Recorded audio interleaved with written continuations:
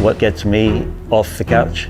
It's 15 words, none of them are my own, and it goes like this. All that is necessary for evil to triumph is for good people to do nothing. This Ukrainian invasion is the single most political unifying event of my lifetime in America. What's happening is an obscenity, and thousands of civilians are being murdered. They're not dying, they're being murdered. My name is Michael Barr, and I am organizing a benefit for Ukraine. And this movie is being made so that I'm going to leave it for all my grandchildren. The backstory here is I never met any of my grandparents. And the reason I never met any of them is they were all murdered. And that's called the Holocaust.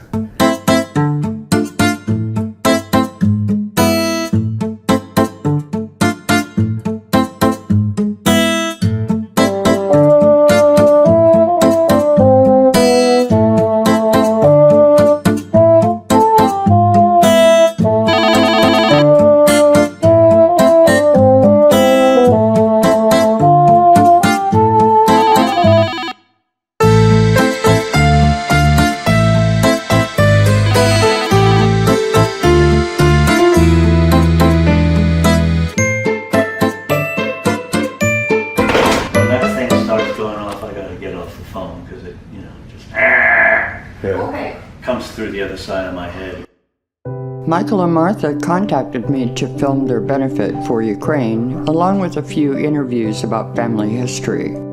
When I first spoke with Michael, he talked about having maybe 10 charities, a band or two, food, and maybe 100 people.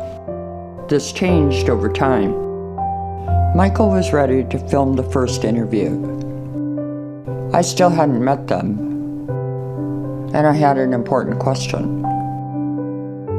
When I got there, I met Martha, Michael's daughter, and Michael's grandchildren. For me, the most important question is, why is this so important to you? Right? So, Martha, why is this important to you in terms of your involvement with the benefit for Ukraine? It's important to me because I've never seen a war this close up before. Obviously, we're thousands of miles away, but we watch the news every evening, sometimes 2 or 3 news programs, and day after day after day, seeing the destruction and seeing the people fleeing, particularly the parents and children hiding in underground subways or and seeing nursery schools bombed and hospitals bombed. I'm a medical professional myself, so I've delivered frontline care, but not in circumstances like this.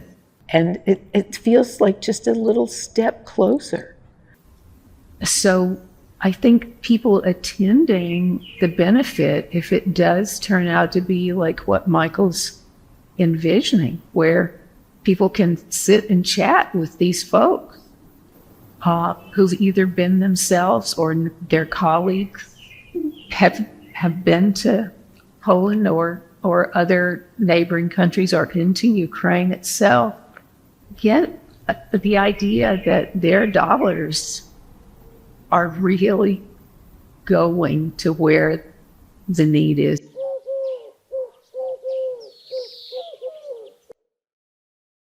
Just switch chairs. Okay. Okay. So I'll share what this benefit means to me and to our family. This benefit, yes, it's about a very needed and admirable cause in the world. But underneath that and within that, it represents an idea that we people can do hard things. When we see something that is not right in the world, we can do something to impact that change.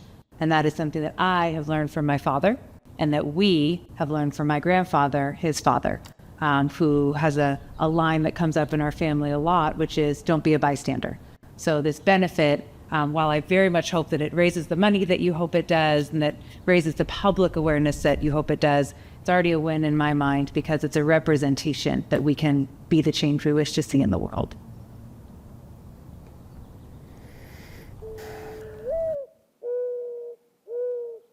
I learned early in life not to be a bystander. And if I don't do something about this, I'm a bystander. I remember my mother telling a story that I had never heard her tell before. And the story was that she was a fairly young child, I think 6 or something. The local non-Jews swept through town. They broke everything they could find. It was a riot. And they bashed the heads and bodies of anybody that was stupid enough to be on the streets. I wouldn't say stupid, unlucky enough. And they barged into homes and, did it to the people there. And one of the people they did it to was my mother's favorite aunt. And she received multiple injuries, one of which was a severe head injury, and she died 3 days later of those injuries. I remember her telling me that story and crying as she was telling it. What happened in World War II is that there were categories of people. There were the bystanders who did nothing and just sat around. There were the collaborators who, in this case, actively participated with the Nazis and made sure that the people they didn't like were murdered. And then there were the perpetrators, the real heavy-handed scum of the earth. And then there were the partisans. And the partisans were largely folks in Europe who took up arms and actively fought the Nazis for however long they lasted. And the reason I learned about this early in life is that my father was a partisan.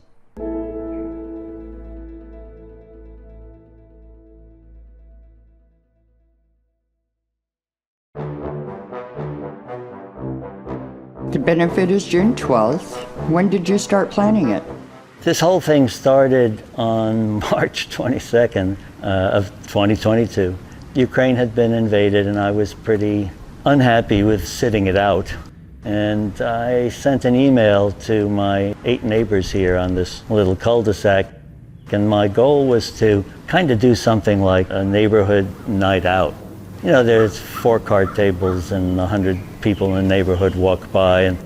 And about 3 weeks ago, it reached a point where I rented out the Kensington Community Center.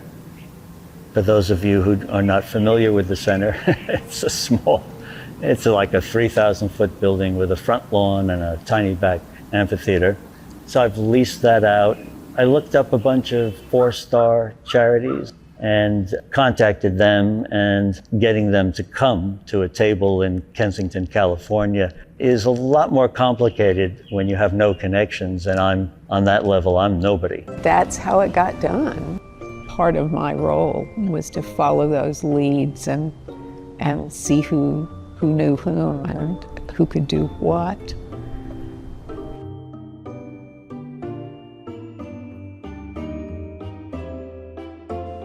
Later on, I would meet Paulina. She was able to help make some important connections. My friend Billy, who's a Ukrainian dancer, he has a dance company in San Francisco, and he performed at a festival that Art of Ukraine put together. He mentioned to Martha that we exist, and Martha told me that she and Michael are putting together this benefit in Kensington. I quickly looked up where Kensington was. So I tried to get the band that we had at our festival, but sadly there were events conflicting and I couldn't help with that. But I really wanted to bring Art of Ukraine and bring culture and some examples of folk art.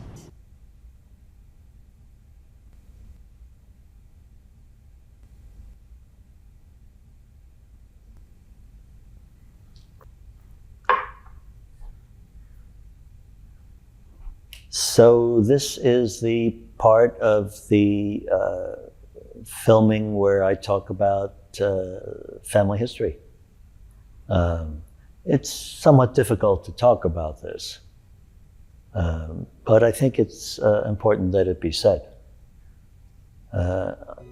One of the identities that I have is called a second-generation Holocaust survivor. So it means what you think it means. My parents survived the Holocaust in Europe. They were both Jewish, multi-generation Jews. And not that many Jews survived in Europe. About 6 million, we probably all have heard that statistic, were murdered. And of all the many cousins and aunts and uncles that I had, and there were dozens in Europe on September 1st, 1939, which is the day that the Nazis invaded Poland and became the official start of the war. Oh, I would say about 2 survived, besides my parents. One of them was my Uncle Morris, who was my father's youngest brother. And there was a second relative that survived, and I don't know the details of that. But everybody else was swallowed up. My mother was one of 7. Her brother got out on the next to last train from Berlin to Shanghai. It was called the Orient Express. Her other 5 siblings were all murdered. They all had families, spouses, children, etc. They were gone. My father was one of 8. 2 of his brothers got to America before the war started, and the 3rd brother, my Uncle Morris, got into Siberia. The other 4 sibs and all of their families perished.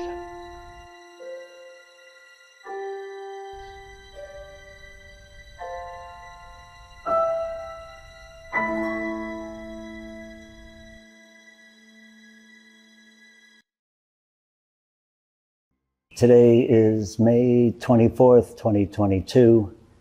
The Kensington benefit for Ukraine will take place in 19 days. I sent emails to probably 24 charities. 14 of them never responded. Of the 10 or so that did respond, I would say 4 of them had the kind of response that comes straight out of Kafka. I'm not sure what the right phrase for this is, but the entry barriers. This is not like applying to college, but it's applying to get in front of people. So it's been intense, but we've gone from struggling to get all the charities lined up to 3 out of the 4 are there, and the 4th one I think will get up to speed.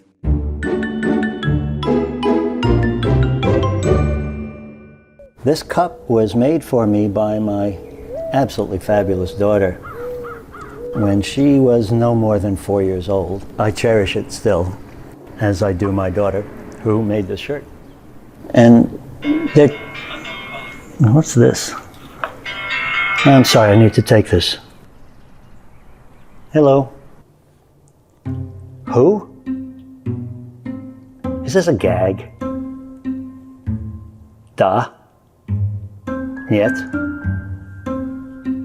Da? Oh, come on, stop this.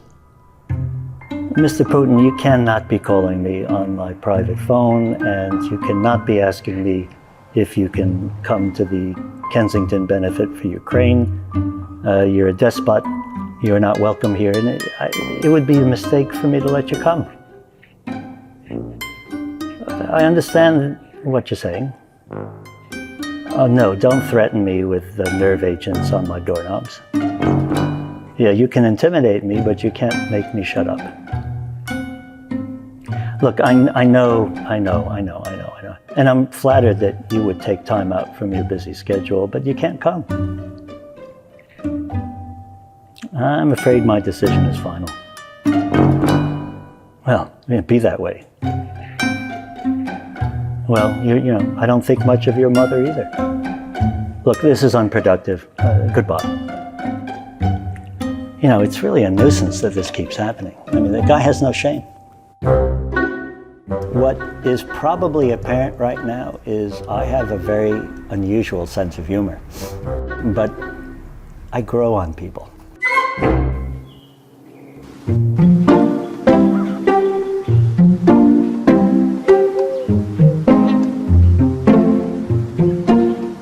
My initial thoughts about the benefit were to go big, get as much there as possible, put on a big show, and draw as many people and therefore contributions in as possible.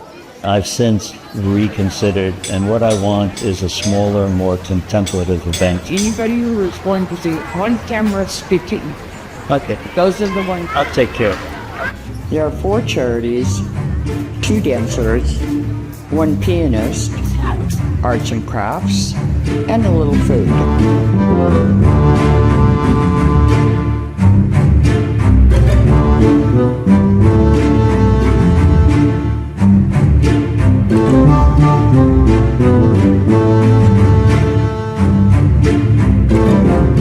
Is it starting to get real yet? Yeah, it is.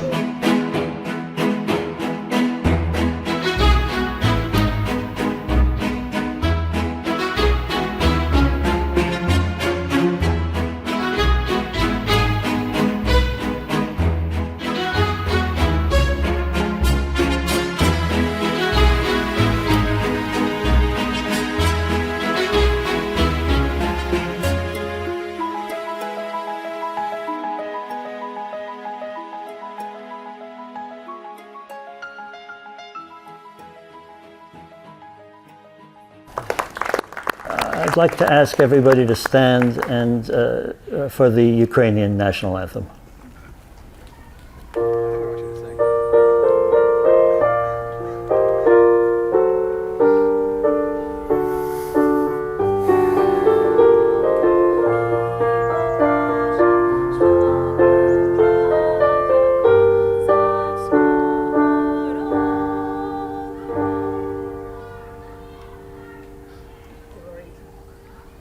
Thank you. Well, good afternoon. Thank you all for coming. It's a pleasure to see you here.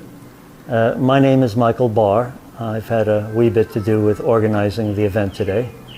I think the first thing I'd like to do is to thank the volunteers, a number of whom are here. There's no way we could have had the complexity and layers of this event available without their help. Really what I'd like the 3-hour brigade, as I call it, to do is, would you just stand up, those of you who are here? It's going well. Online contributions will continue for 1 month after today. And I think we're a bit over 50,000 at this point. Thank you. So the program is pretty straightforward. We're going to have a dance now by the Ukrainian dancers. That's going to be followed by a brief presentation from each of the 4 charities here. The work that these people are doing is life-saving and angelic. So let's just get started.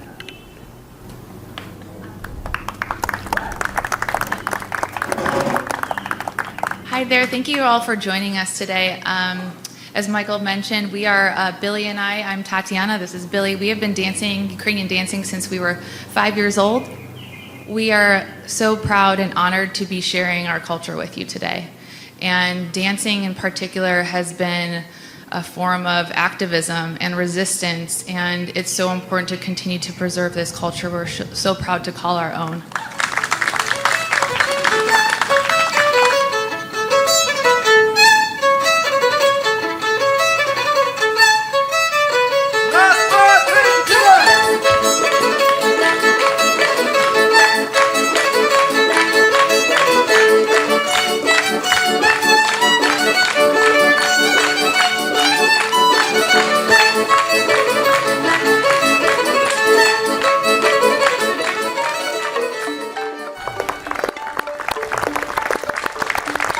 So our first speaker from the 4 charities that are here is Mr. Bill Tobin. He is a member and an excellent contact, if I might not observe myself, from Shelterbox. Thank you, Michael, and thank you so much for your vision, and seeing it come to fruition is just wonderful, isn't it? Thanks to all the committee members. I've put on a few things like this, and I know it's not easy, especially putting it together so quickly with such a wonderful website. And it means the world to all of the charities here that such a warm welcome has been given to us here today. If you're not familiar with Shelterbox, we are a charity that was started by a Rotary Club. We have 3 projects currently going on in Ukraine, and I have some up-to-date updates, at least as of the last couple of days, of where those projects stand. Number 1, when people are displaced, they go to collection centers. Could be schoolrooms, could be community centers, could be churches, could be arenas. When they get there, they need a place to sleep. They need something to keep them warm. So we are providing mattresses, blankets, and hygiene kits for those families in collective centers. So far, we have distributed nearly 3,000 mattresses to collective centers in Lviv. Our second project is for people who have not left, refused to leave, or have left and come back, and that is currently in and around Kyiv, and that is providing our shelter kits. If you've been down to our display here, you've seen the items representing a shelter kit there. That's tarps and tools, along with water carriers, solar lights. The electricity is not on. To date, we've helped over 1,300 households, and we have 1,500 additional households worth of gear that's just arrived in Kyiv this week. Our final project going on currently is helping people who have come across from Ukraine as they enter Moldova. So these 3 programs are ongoing. There's really no end date in sight, even if peace were to break out tomorrow, and let's all hope to God that it does. But today our thoughts and our actions are with the people of Ukraine. Thank you very much, everybody. Next we have Mr. Dennis Robinson, the Regional Director of MedShare. Thank you, Michael. And thank you all for joining us this afternoon. Michael, the volunteers, and all of you who took time to come out and not only express your support for the people of Ukraine, but to learn about what MedShare and these other dynamic charities are doing to help not only there, but around the world. I've worked for MedShare for the last 2 years, but I've worked in philanthropy for the last 20. And I can tell you that I learned long ago the highest and best use of philanthropy, in my mind, is when you help people that are in the midst of a disaster. Ukraine was a very unique situation because the first need that popped up was the need to serve refugees. People were displaced, and they needed something as basic as hygiene kits. Well, as the war escalated, that became first aid kits, surgical supplies, wound care kits, sutures, things of that nature. And so far, we've provided over $1.5 million worth of supplies and equipment in Ukraine. When we started, we had very few partners on the ground in Ukraine, almost none. But we utilized our partners that we did have around the world. And I have to tell you, it is the contributions, the support of volunteers and of people like yourselves that support our mission, that make those contributions, that allow us to do that work. It's our hospital partners, it's our corporate partners, it's the foundations. It all makes a difference. So thank you, really thank you for taking the time to come out to express your support for the people of Ukraine, to support this effort by Michael Barr and his volunteers, and to support the work of all of these charities, because I'm sure we're all in it for the long haul. We want to make a difference, we intend to make a difference, and through your generosity, we're able to make a difference. Thank you. The third speaker is Ms. Alyssa Jordan, a representative from Alight. Hi, everyone. Thank you so much for being here today. As Michael mentioned, I'm from Alight. I've been with Alight for 8 years. Alight is a humanitarian organization, and we work to serve refugees and displaced communities around the world, but specifically serving those who are displaced from Ukraine, our team has been in Poland, and that's where we've been doing most of our work since the end of February. And I had a chance to be there to support the team. And I'm going to tell you about a few different programs that we're doing there to support those who are fleeing. And the biggest one is housing. As you can imagine, it's a dire need for people who are crossing the border. Another thing we're doing is quick impact projects. And that looks a lot of different ways, but we have sent over 30 tons of food into Ukraine. We've also sent shipments of medical supplies, and those go into orphanages, bomb shelters. So we also have been doing some micro grants through Catholic Sisters inside Ukraine to get some supplies to folks as well. So those are kind of the things that we're doing specifically to serve those who have fled Ukraine. And as I said, that team is stationed in Poland and has been there since the end of February, but our work, goes beyond that, and we've been around for about 40 years, working in many of the same places as MedShare and Shelter Box. So thank you so much again for being here today, and thank you to all the other charities that are also here and the incredible work that you guys are doing around the world. Thank you. Our last speaker is Ms. Tanya Smick from representing World Hope International.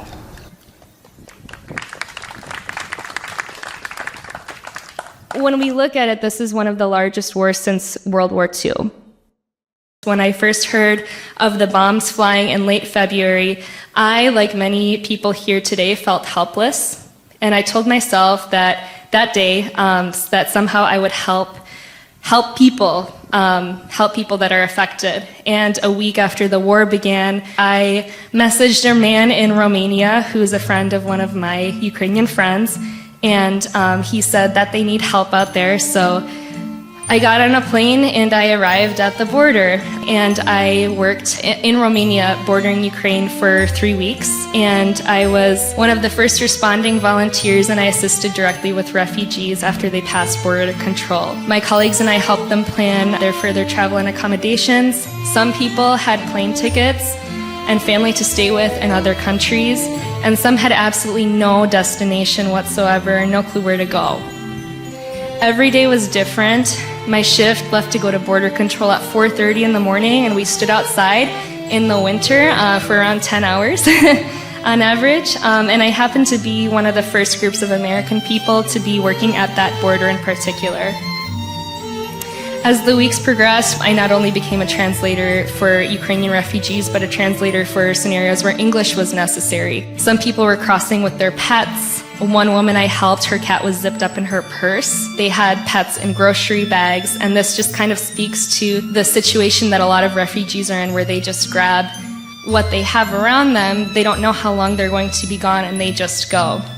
However many people you help, however many people you educate, through your donations of finances, talent, your time dedicating to helping our organizations, your effort to educate those around you about Ukrainian news, history, and culture, your afternoons spent here at an event benefiting Ukraine and her people, every single effort you make is impacting that breadth of a life of your Ukrainian brothers and sisters. We're coming a long way, and there's still a long way to go. And I endlessly thank you all for your continuing efforts to support our world's community. Slava Ukraini!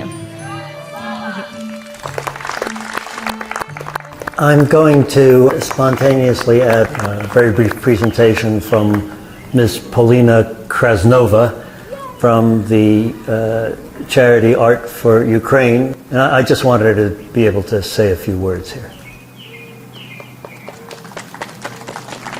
And I appreciate that very much. Thank you. Hi, everyone.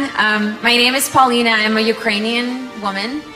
I really wanted to make sure that you don't just think of Ukraine as a country that's riddled with war and plague and this sad, terrible place, because we have such vibrant art and such a rich history. Ukraine actually predates Russia by about 1,000 years, and a lot of that art is getting destroyed right now. A lot of these cultural practices are falling by the wayside. So my charity, Art of Ukraine. I founded it with another Ukrainian woman. It's a women-run charity that focuses on preserving Ukrainian national identity. We showcase the garments, the dance, the song, the folklore of Ukraine. And all the funds that we raise, we send back to Western Ukraine and Southern Ukraine, where children are suffering from effects of the war. They're suffering real PTSD. And we provide rehabilitation and art therapy for them. Please come by our area. We would love to tell you more about Ukrainian art and Ukrainian culture. And we're so grateful to be included today. We're a very small charity, but we're strong, and we appreciate all of your donations and all of your help and attention. Thank you so, so, so much for being here for us.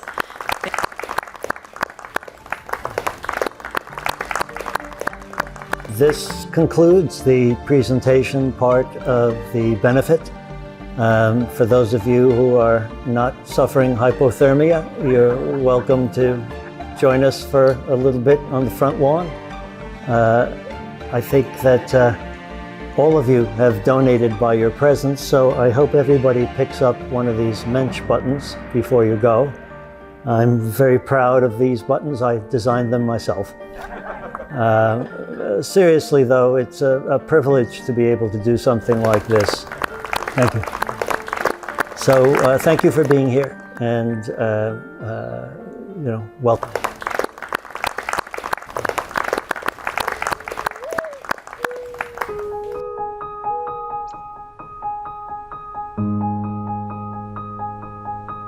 Were you worried about how this would turn out? This is going to sound corny, but I felt the way Gary Cooper felt in the movie High Noon. Everything that he can do has been done, and there have been some catastrophes. And he's just, checking his guns, waiting for things to happen. And for me, because I'm not Gary Cooper, I felt a tremendous sense of peace. No matter what happens, it's just going to be fine. I was concerned pretty much the whole time that there might not be much of a turnout.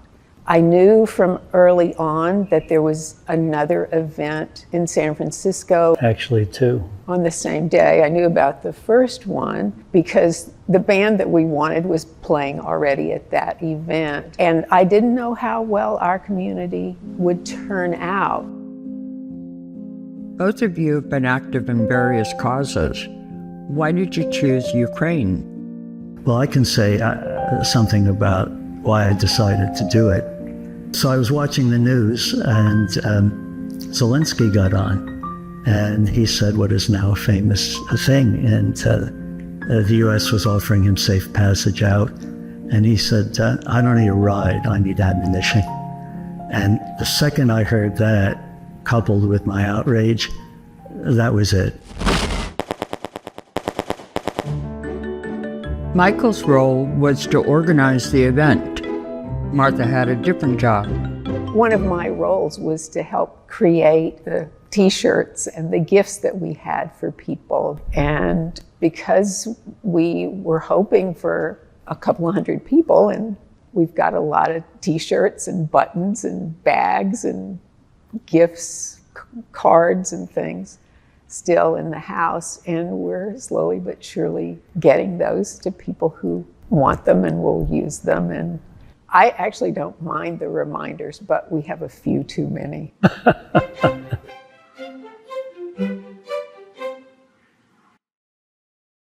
Why did you want this film? I think my answer to that is I want my life to count. I think this is my way of making a small contribution to greater efforts at healing insanity. Michael wanted to film. He started talking about a documentary very early in the process of memorializing what we were doing. It's pretty clear to me that family is one of the great stabilizers of life. I don't want that to be lost. The real reason that I put my energy and efforts into this cause is because of my attachment to Michael. And knowing him and knowing his family history and having visited his birthplace in France and seen the plaque in honor of his father's first wife and Michael's half-sister who were rounded up and taken to Auschwitz and murdered. And the fact that Michael's wearing his grandpa's shirt, it's one of the best things in his life is being able to be a grandfather, and he didn't have any grandparents. They were killed. And watching the news with him when the war started, it gave me the motivation and the connection that I don't think I would have had in quite the same way. Do you think anyone in Ukraine knows about the Kensington benefit and what you did? Well, my best guess is on a specific level for Kensington or our names, nobody in Ukraine knows that we exist. I'm relatively certain that a lot of people know which charities are bringing this stuff in. So there's that level of knowledge or connection. Would you ever do this again? The core symbolism of the benefit was just standing up to evil. I mean, life doesn't give you that many chances to do something like that. The feeling I got of being respected and loved and also at this age and stage of my life of still being relevant and somebody who is contributing. If we could do it all over again, I certainly would. I'm sort of speaking of it in idealistic, warm, glowing terms, and there was a very warm feeling that day, which made it worth it to me to do it. I would do it again, but there are definitely things that I would do differently, and I wouldn't do it again anytime soon. It was very draining and nerve-wracking. I'm thinking of a second fundraiser.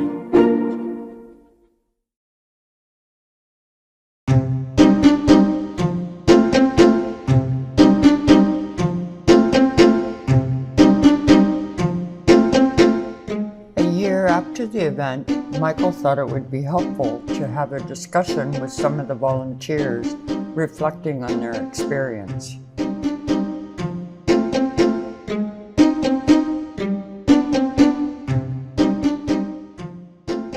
Ilana, Michael's daughter, joined by Zoom. Okay. You're rolling. Oh, we're rolling? All right, so let me just say a quick couple of words. Thank you all for being here. And actually, more than that, thank you all for the help that you gave to the benefit. I am not exaggerating when I say that it would not have happened without all the volunteers, including yourselves. I'd like to start really with the questions that I sent in the email in terms of why did we all volunteer? Would you do it again? What did you get out of it? Do you think it made a difference? And just speak as you wish. Alana has to leave for some childcare. So Alana, I'd like you to have the first shot, and hopefully we'll see you later. Okay, well, thank you, Dad. Hi, everyone. What comes to mind for me in answer to your question, this all has been a very meaningful experience for me.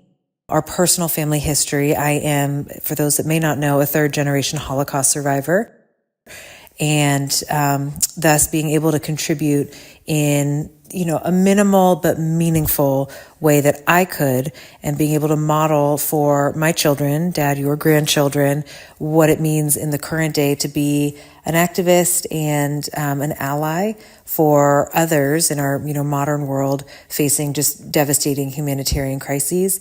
That has been very meaningful to me. It was also meaningful, Dad, to contribute to something that just clearly meant so much to you, and being able to be by your side and make it a truly multi-generational effort really was a joy and something that meant a lot to me. So I'm very glad to have done it and would absolutely contribute again. All right. Well, thank you, kid. And maybe we'll see you a little later. So we have the floor. Sure go. Since, Michael, since you've sent out those questions, I've actually been thinking a lot about it, because this event, without me anticipating it, actually had an influence on my social and my approach to life, my social life. Let me start at the beginning. We moved to California. Pandemic started. We were sort of locked in. War started. You know, other than donating some money to some charities and armed forces, we weren't really involved per se. Although we both have close relatives that are literally being affected by this thing on a daily basis. And then Tanya was offered this opportunity to come do some photos at your event. And I came along begrudgingly, but, you know, I'm the assistant, you know how it is. You go with the photographer.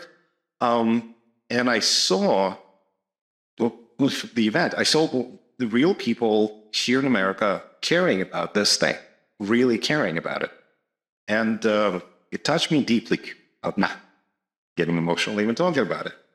And the reason why I say it changed our social gathering, we met some people at the event, which led to other events, which led to other people. And now we have this full circle of Russians and Ukrainians and people of all from different countries, that sort of this thing kind of united us. We feel like we're involved, and that's the ripple. Yeah, there was the event itself and the fundraising, but I was really hoping there would be some synergy and that it would ripple out. I'm just delighted to hear that. It wasn't a simple thing for me personally. You know, we've spoken about this. With my background being half Jewish, escaping from Ukraine as a refugee when I was still Russia, I called myself Russian, and they called me Russian when we came here. Only later, mostly actually through this experience, that I really explored that Ukrainian side of my heritage has been denied to me, unbeknownst to me.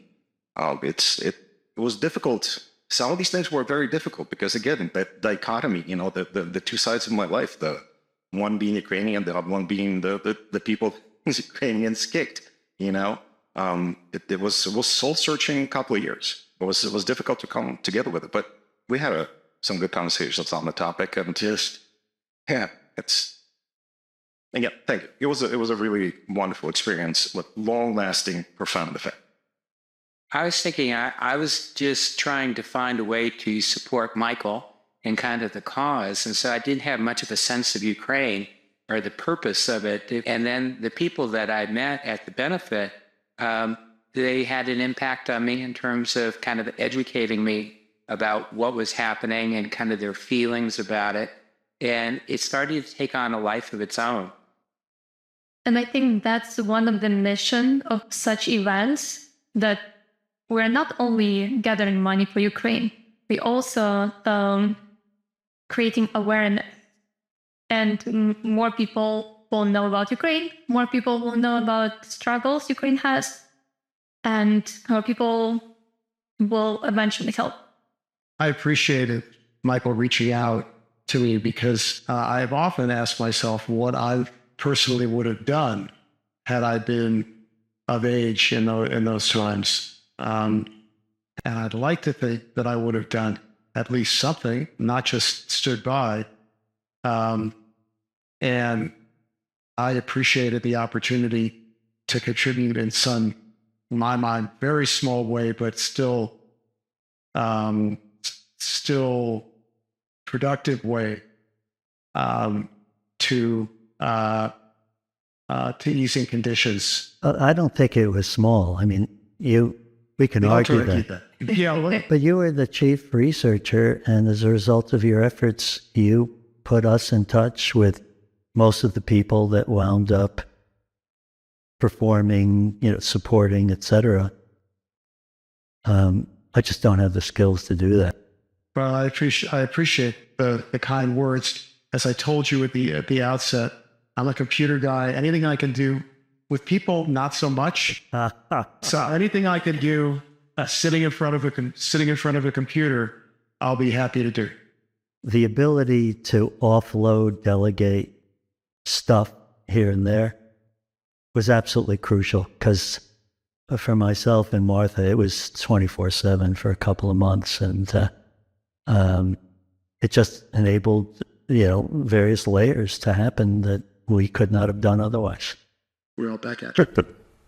Having been there from the very start, from the beginning of the idea, the seed of an idea, I think in some ways changed my life too, certainly my social life. And I was saying not too long ago, well, this person that I know from who was born in Ukraine, and and there's several, not just you two, but others, and it would have never happened had we not done this. And also Tanya, who had been on the border translating, and those folks that have worked for those charities, those international relief organizations for decades.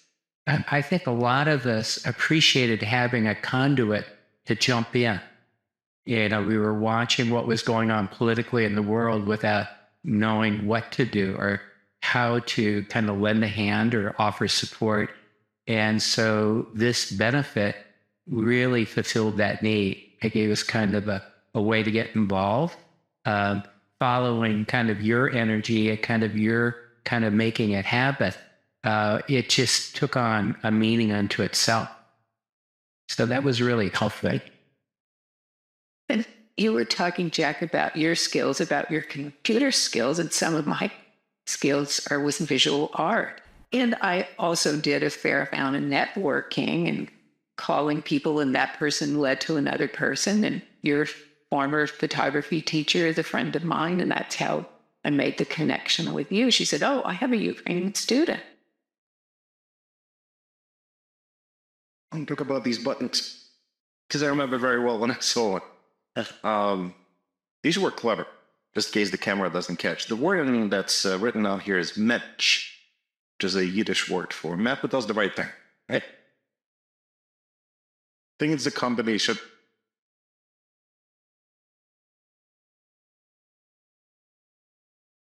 of the two cultures. One of the things that the last time we saw you before today was at that benefit, and there were little dolls there that I bought for the grandchildren, and they're very intricate, and they have little beaded necklaces on, and their hair is braided. And people brought those got those from Ukraine to the U.S. and were selling them to raise funds to send it back to Ukraine.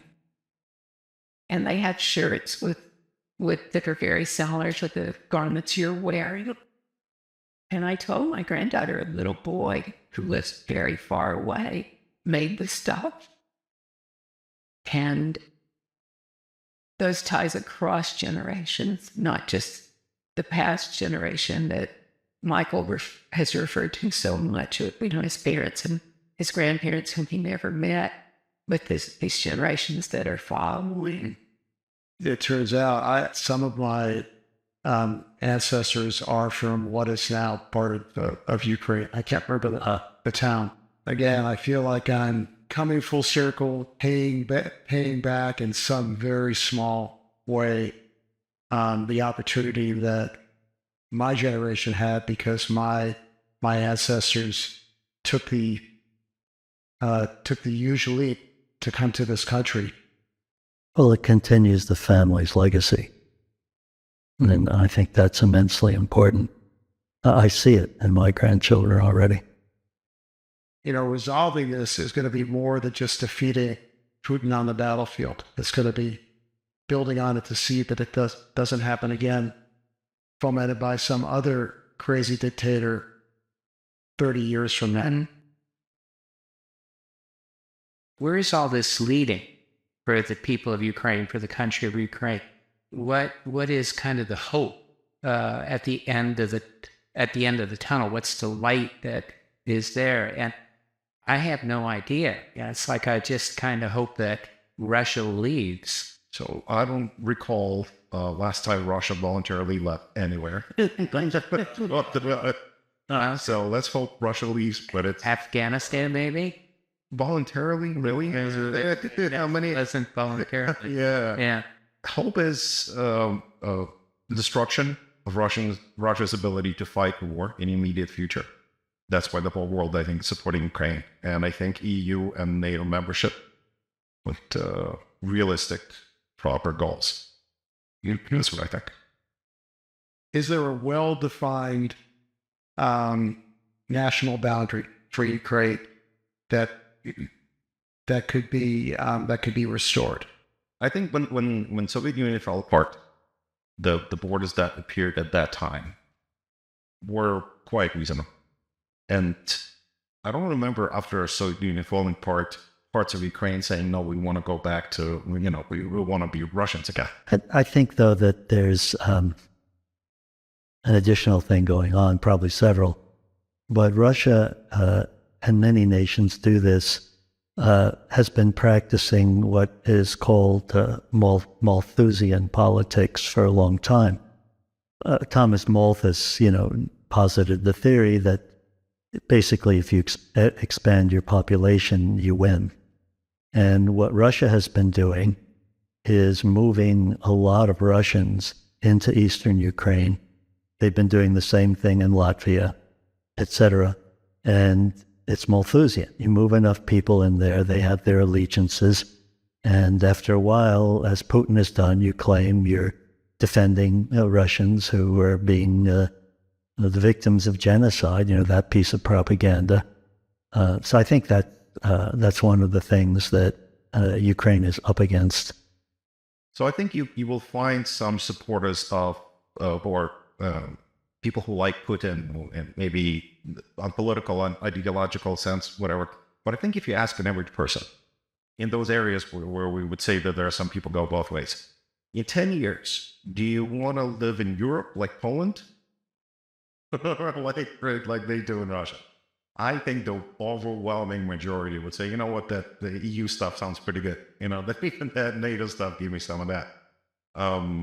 So yeah, I think if propaganda out of the picture and simple, good old capitalism kicks in, good old, bettering of one's life and where your fortune will take you. I think the promise of European Union and global power even on the very personal level. So that's the future. Yeah, I think so. I think after all of this, we will definitely celebrate the events. So, well, not celebrate. We will remember when the war started. We will remember that day. Then, in the Ukrainian Independence Day, we will celebrate that day. And the day that Ukraine won the war, we will definitely celebrate that one. And we will come together again at any of those three. What about the people who are here right now, Michael? Did you have an experience, in the wider group that participated in the benefit? Has anything grown from that? It is a small town, so I run into people. But I think from that perspective, this is an event that brings like-minded activist people together. And then after that, they go back to their lives until the next thing happens. Is there some way to get this picture part of the video? And you took this? This is one of Tatiana's pictures from the benefit, and it is a picture of one of the Ukrainian dancers. Well, maybe there are other things to talk about, but one thing that we have touched on, but I wanted to ask everybody to share in a very focused way, is what did each of us really get out of this on a personal basis? You go first, Michael. I'll go last. You go first. You volunteered me. I've already said that I got connections that I would never have gotten any other way. And seeing something that I created and knowing that they're copies of those things that people see and wear and carry around and put their groceries in or whatever is gratifying to me. And knowing that I will be willing the next time to do whatever I'm able to be, if it's to make a few phone calls or send some emails or create a piece of goods.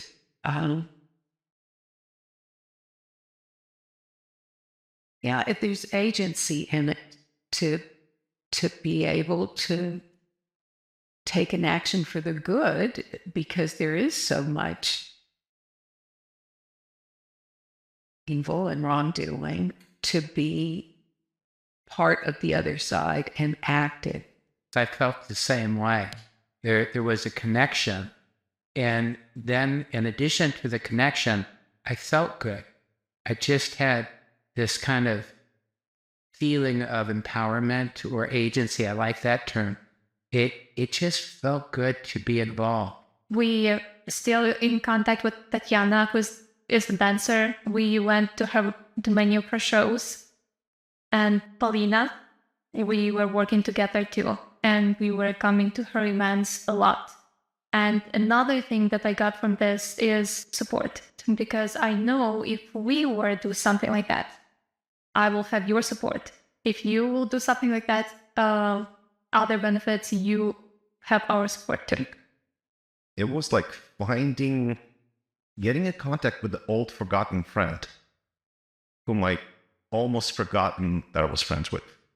It was unexpected and it was precious. In my case, it was extremely meaningful to be able to carry on, in many ways, what my father did through World War II, of standing up to evil. And at the risk of sounding a little corny, I've been thinking about this. I had a bit of an epiphany at the end of this that I had not expected at all. But essentially, I think the summary statement is that to stand with an oppressed people through a very dark time without any expectation of reward is a moment of grace.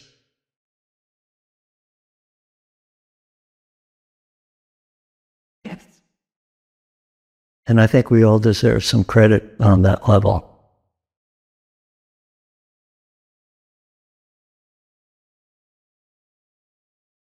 I think you just gave them the tagline for the video. Let's do that tagline again, because I missed it. What line? The line you just said about the moment of grace. Not just that's the whole thing. What the line? To stand. Oh, okay. I'll take it from yeah. So what I didn't expect at all, which happened, is that to stand with an oppressed people through a very dark time without expectation of gain is a moment of grace. You want a third take? I can get really good at this. That's how I got it. What hasn't been mentioned today is we raised $60,000.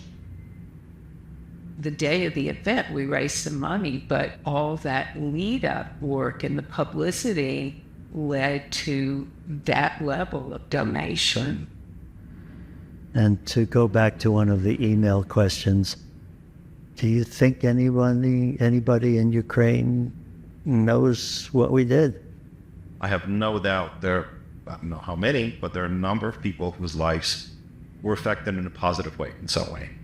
Do they know it was specifically from a gentleman named Michael living in the area? Probably. But do they realize that their lives were bettered by external influence? Yes. I've noted. I have a question for you, Michael. Sure. So after all the starting with the benefit and all the things that happened after, and putting this sort of, totaling up sort of retrospective thing, what's next?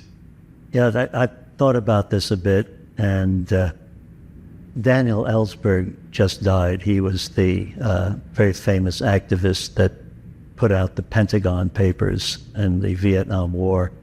He was interviewed just before he died. He was 92 years old. And they asked him a similar question, do you think it was worth it? Would you do it again?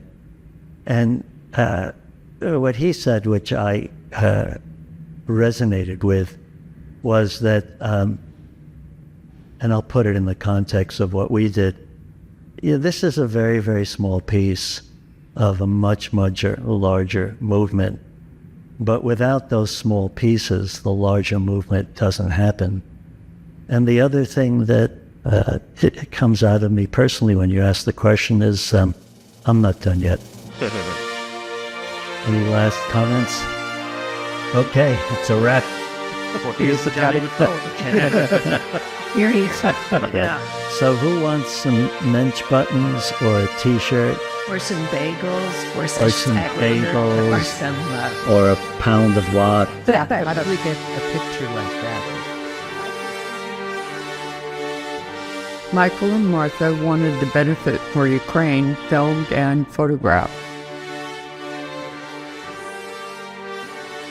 It is important to Michael and Martha to hand down these memories to their children, grandchildren, and heirs. This film is part of that legacy. And if we keep having benefits like this, I think that'll help keep it in the news and continue the support.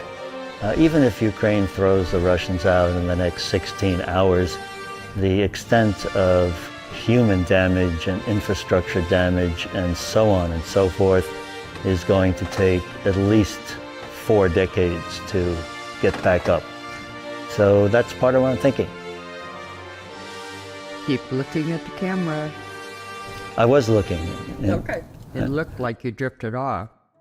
I did. Remember to recenter.